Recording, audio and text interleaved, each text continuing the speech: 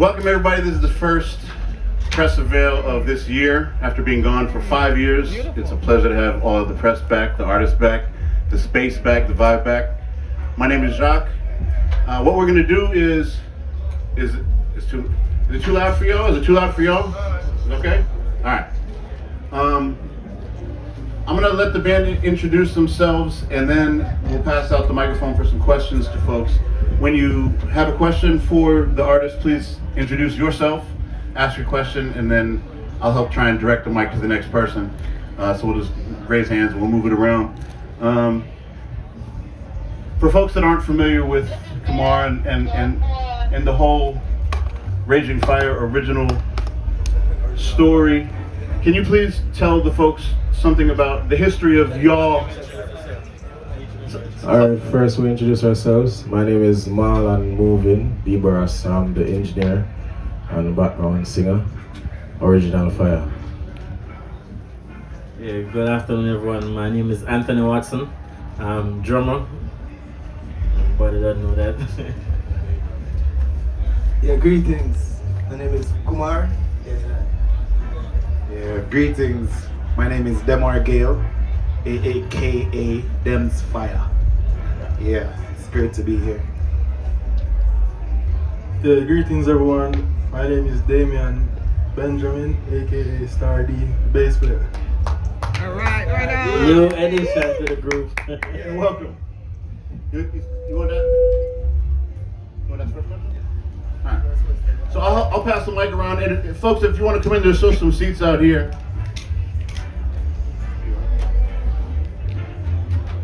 Yes. Good evening, everyone. Lyndon Johnson from Carol Press. It's a Caribbean American newspaper based in Los Angeles. Been running for 23 years. The first question I want to ask is, welcome back with the rebranding Raging Fyah. Kumar and the original Fyah. How did this reunion come back together? Can you explain that to us? I think everybody have a personal story, but for me, I kind of came to Minneapolis to live, so I never knew what it felt like to really connect with all the guys. So what used to connect me was when I'm driving on the road, I used to see some signs that says, "I love RF." And I used to feel, people would come to me and say, "What's happening with your band? We need to get it back together." And one time, Anthony Watson called me and said, "Demar, what you say? You ready to go back on the road?" I'm like, "Tony, ready, been ready." And I said, "All right, we're gonna we're gonna see what it takes." So we started communicating, talking about the differences we had, and look, we're here right now. So it's a joy to be here. Well, it took a lot of effort. It took over a year and a half trying to get everybody on the phone talking. It was a tedious process, put it that way, because there were issues that had to be resolved. There are still issues unresolved. But for the most part, as you can see, we have decided to work together and move forward. However, the passing of Gizmo, our guitarist, it impacted us differently. So we had was to really go into ourselves and look into everything and forgive ourselves first. You know what I mean? And then started attacking the issues one by one. And it brought us to here. But talking to him on the phone for about a year, Kumar, I saying, "Marlon, you talk to Kumar every day. I need you to call Kumar and talk to him and say, hey." This is after talking to him for about 4.5 months. Back and forth between the doubts and the yes, are we serious, or because it's a big it's not just go on stage and play the music. There's a lot of work that goes on behind the scenes that people don't see. And if that is not dealt with properly, you guys won't get a proper show. And it's unfair for you guys to pay your money and come to see us and can't get a proper show because we are dealing with some issues that we can't feel comfortable even laughing with each other. So in order to get the music right, we had was to get ourselves and the issues that we had working fixed. So as I say, each member have a personal story of it that it's still ongoing. But it's something that you guys definitely want to lock into and be a part of because it's an exciting thing. We actually have a documentary out now on YouTube called, well, part one of the documentary. And it's called Can't Cool. Because you know the Fyah can't cool. Raise your hand if you have a question. Alright, we'll start here and then we'll pass it around. So guys, where are you now? How are you? It's clear to me that there's something about this that you guys are hanging on to. You want to make it work. That's the sense I'm getting. But you've also recognized that there are issues that have to be resolved. Is there anyone in the music industry that you all know, revere, and respect that might be able to help you resolve some of those issues? Well, to be honest, the issues that we speak of, are constant conversations. So it's not, oh, yo, we fix this. I think we have no other soul choice. So like our souls, it's like you're having a battle with your brain and your heart, and most time your heart are going to win, because, and I follow that, I follow my heart, and the music we made all these years, it was never just get up and yo, we have on a big cheer, and it wasn't about vanity, it was really some rough times we were going through, so the music still, I tell the guys all the time, the music, they're like babies, they're like little children, all the songs, and you have to love all of them, and there's none that I love more than none, because that's just the music, and if you play the music with the people who you want to play the music with, then it's gonna sound good, so you don't have to be the greatest drummer or the greatest keyboard player, whatever, but once the vibes, as we would call it, in sync, nothing beats that, and I prefer the long road, which is some people that say, oh, reggae music, this is the road, that gives me life. And being on my own for almost 4 years as Kumar, when I parted ways with the band, the stories were never told properly. I really just took a lot of blame to just move on with my life simply because of issues that needed conversations, but the conversations were too hard to have. Hence why, the time was needed apart. I really never left mentally from Raging Fyah, because everywhere you go, Raging Fyah, Raging Fyah. And so because of that, I kind of realized that this is my path, this is my road, but I'm also Kumar, I have an identity. I know what I bring to the table, and because of that, and that maturity that I had gained over the last 2-3 years, been through the roughest times, losing one of my sons, it really showed me, and shortly after Gizmo. So all of that kind of say, yo, just like when we did Judgment Day album, we had nothing to lose. When we did our first album, nothing at all to lose. So after losing everything, including stuff that I gave up, because I have to take responsibility as well for, making a decision at a time when maybe it wasn't called for, but, it reached me, basically what happened, and I made a decision, and we're here again, trying to make this work, and everybody who sees us knows that this journey is not yesterday. This band was formed in 2006. I joined the band in 2010. We did 3 albums. We've been touring the world from all the way as Siberia, New Caledonia. Like we've been across the globe playing this wonderful music that we created, and I think there's no better feeling, you know? Like you could be playing for somebody for sure. We all could be doing something else. But I think sacrifice is the word, and you know, we all have kids. Everybody has kids now. I remember when I didn't have a son or a wife. So now with these responsibilities in life, I think, you know, we tend to make more solid decisions, and everybody's grown up. I'm happy to see it, even for myself. And you know, I think wherever there's one or two who give thanks to the Most High, it bless. And you know, we have to keep it that way. And no more stress. You know, we can't manage the stress. Bless. Yeah. Bless. Yeah. Hello, Asian Fyah. Kumar. It's just a pleasure to see you guys back again. So give thanks and praise to the Most High for bringing you right here. Reggae Nation I represent, and I've been representing reggae for eternity. God bless me with this experience, and right now we're in present time. So past is past, and you are here now, and I'm just very thankful because there's one thing I remember when you guys were nominated for Grammys here in Los Angeles, and that's when we spoke last.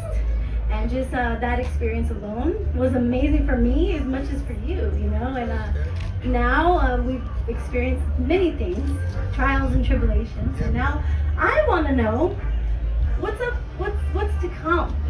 Music videos, new releases, albums.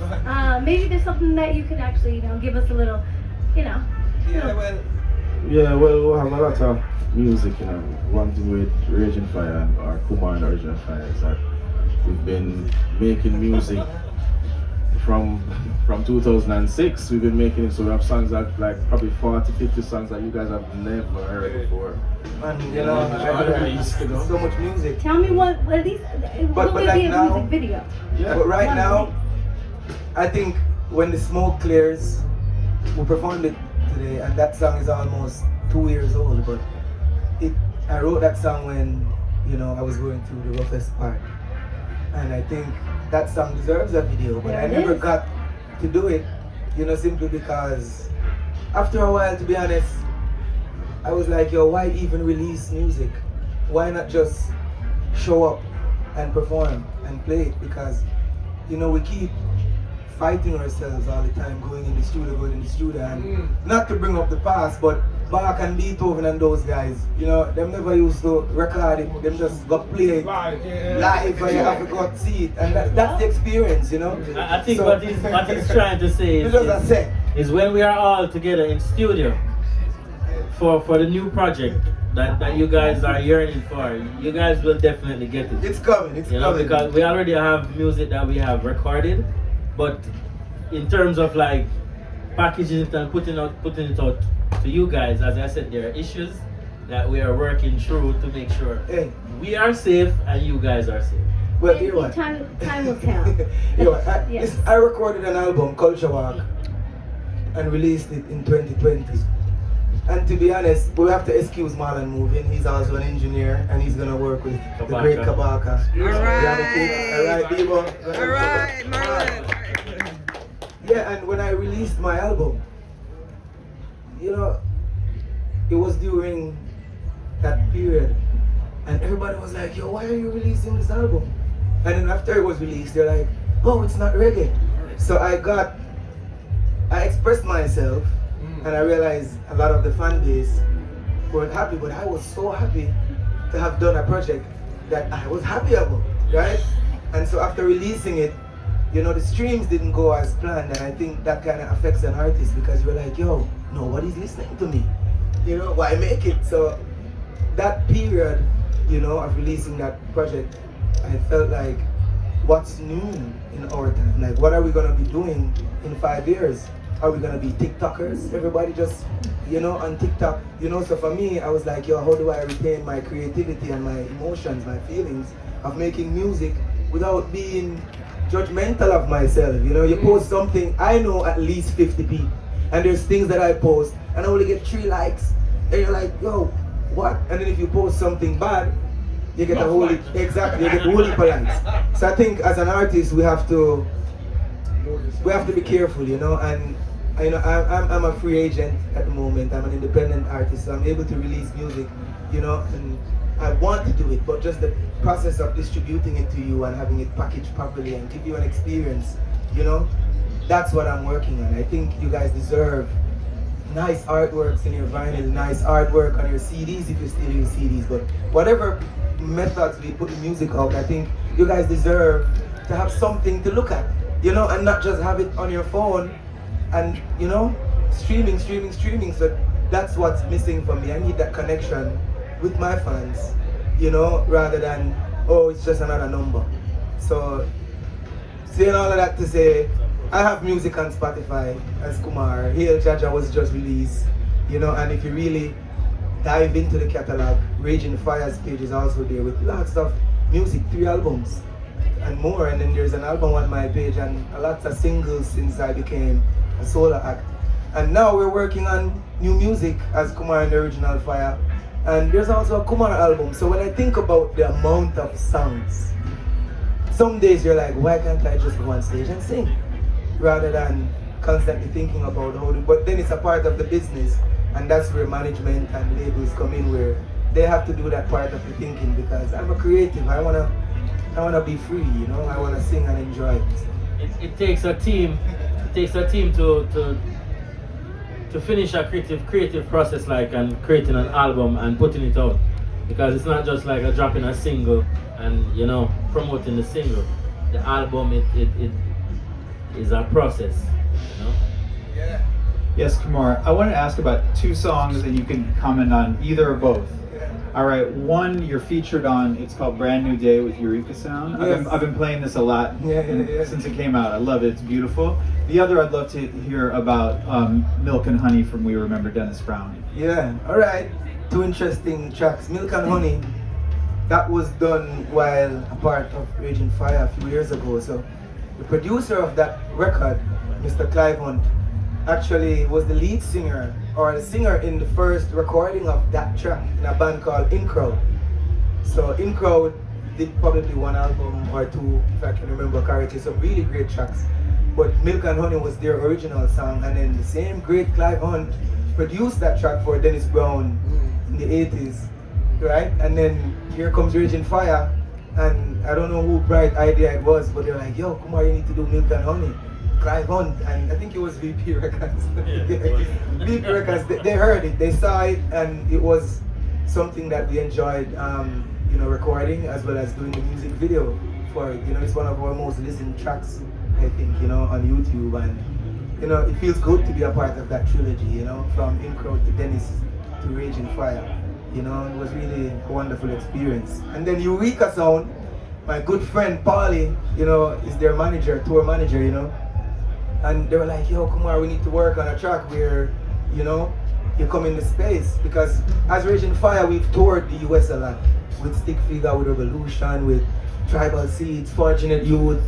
Like, you name them, we've been on tour with them in their highs and when they were just starting. So we've been around the block, and Eureka Sound is a young band, you know, coming up in that same vein. And I can remember Ayatera, when they were opening for us, and now they're really massive. So with that intention and that experience, it was great working on a track with Eureka Sound, because now I bet 2 years from now they're gonna be massive, and it's good to collaborate, you know, because you can't do it alone. You know, you have to share audiences, and that's the beauty about reggae music. Whether it's from California, Indonesia, Japan, China, it's roots rocking, and it has the message and the vibration of the king. You know, so we have to keep it like that. And you know, it's a good music, it's for good times, you know? Yeah. Yes, brethren. I'm Ja Breeze, and I want to, from what you're saying, I want to follow up. You're the creative person, right? And you just do the creative aspects. And other people do the management and the label and all of that. Yeah. But an artist have to understand the copyright. You have to understand the value of your work. I agree with you about not putting too much stuff out and trying to do live, because there's a lot of copyright issues now with artificial intelligence where they're taking your sound, taking your voice and putting it up on stuff. A lot of these DJs are doing that. So I think it's going to come down to performing live. And I talked to Johnny Clark about 10 years ago about that, and he's like, you know, it's about live, and if you want to hear it, you got to come to the dance hall, because, you know, as soon as you put it out, it's gone if you don't have the copyright and understanding. Now, when you create it, right?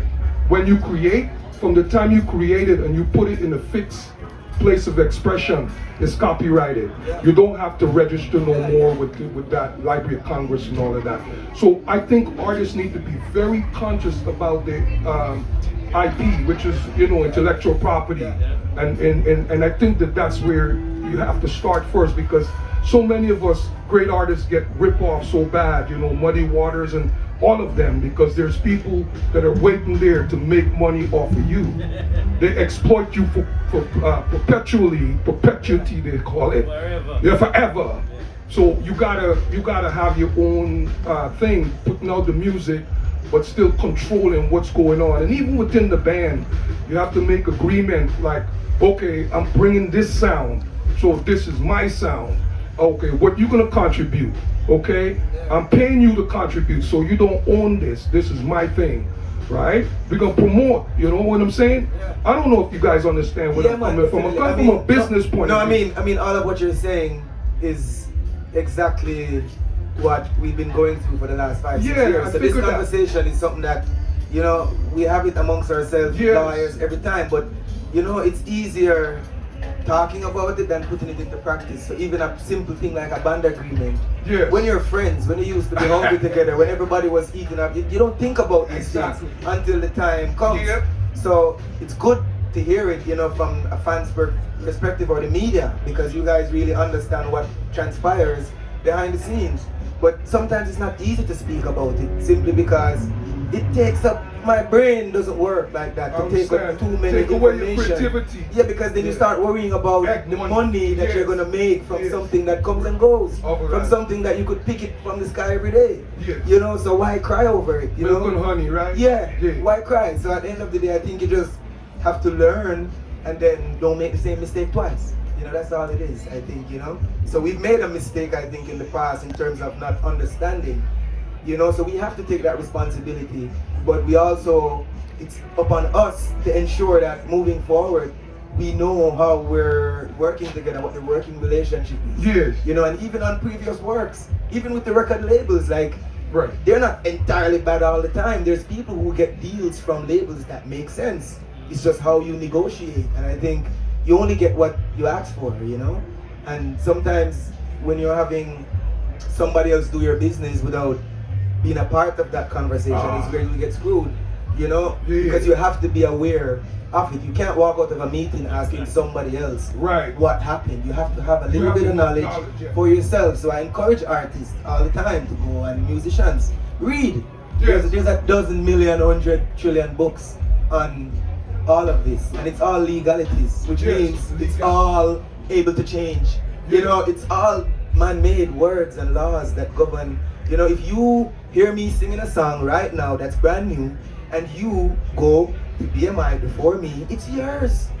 Even though you know it's mine, you could register that before me. So there are little things in the system as well that are flawed, where they should have protection in place, that you can't just hear me sing a song and before I get to register it, you go and you register it for yourself, simply because you know the laws. Well, you don't have to register. No, but what I'm saying is, what I'm saying is that you don't have to register it anymore. That law is gone now. You just have to create it and put it in a fixed place of expression, on a tape, on a cassette, you know, anything, right? Because it's, I get you. Then it's yours. I get you.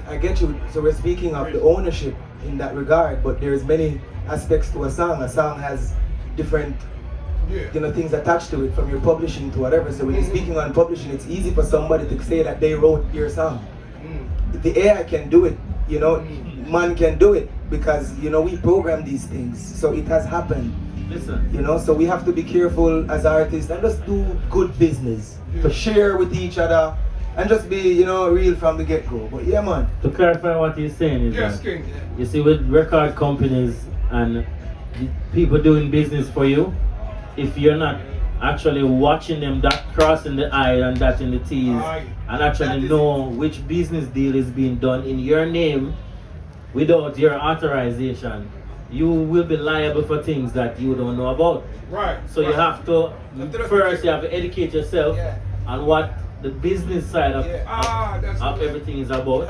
And you have to keep modern and abreast of what's changing as well. Yes. So in our regard, with Raging Fyah to the Kumar and original Fyah, you know, the reason why we did that is to not be in any problem with anybody, or to anybody calling upset that we're using this or we're using that. Right. To be free. Right.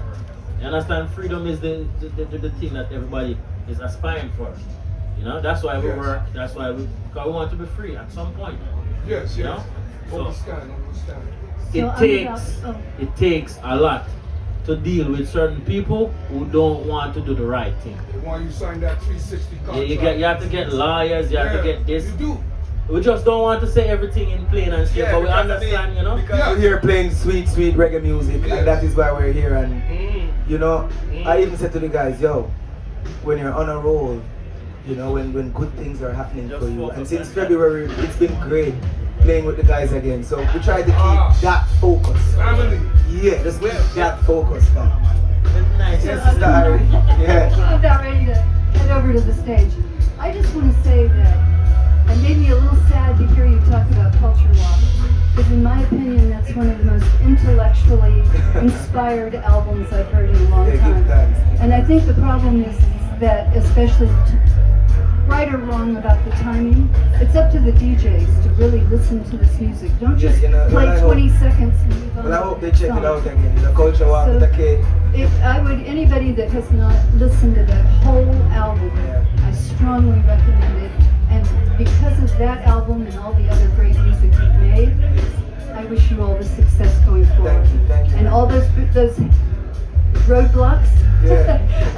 and we won't talk about lawyers. They're gone. All of them are gone now. Like, we just gotta keep positive. But wishing you the best. Thank you. Okay.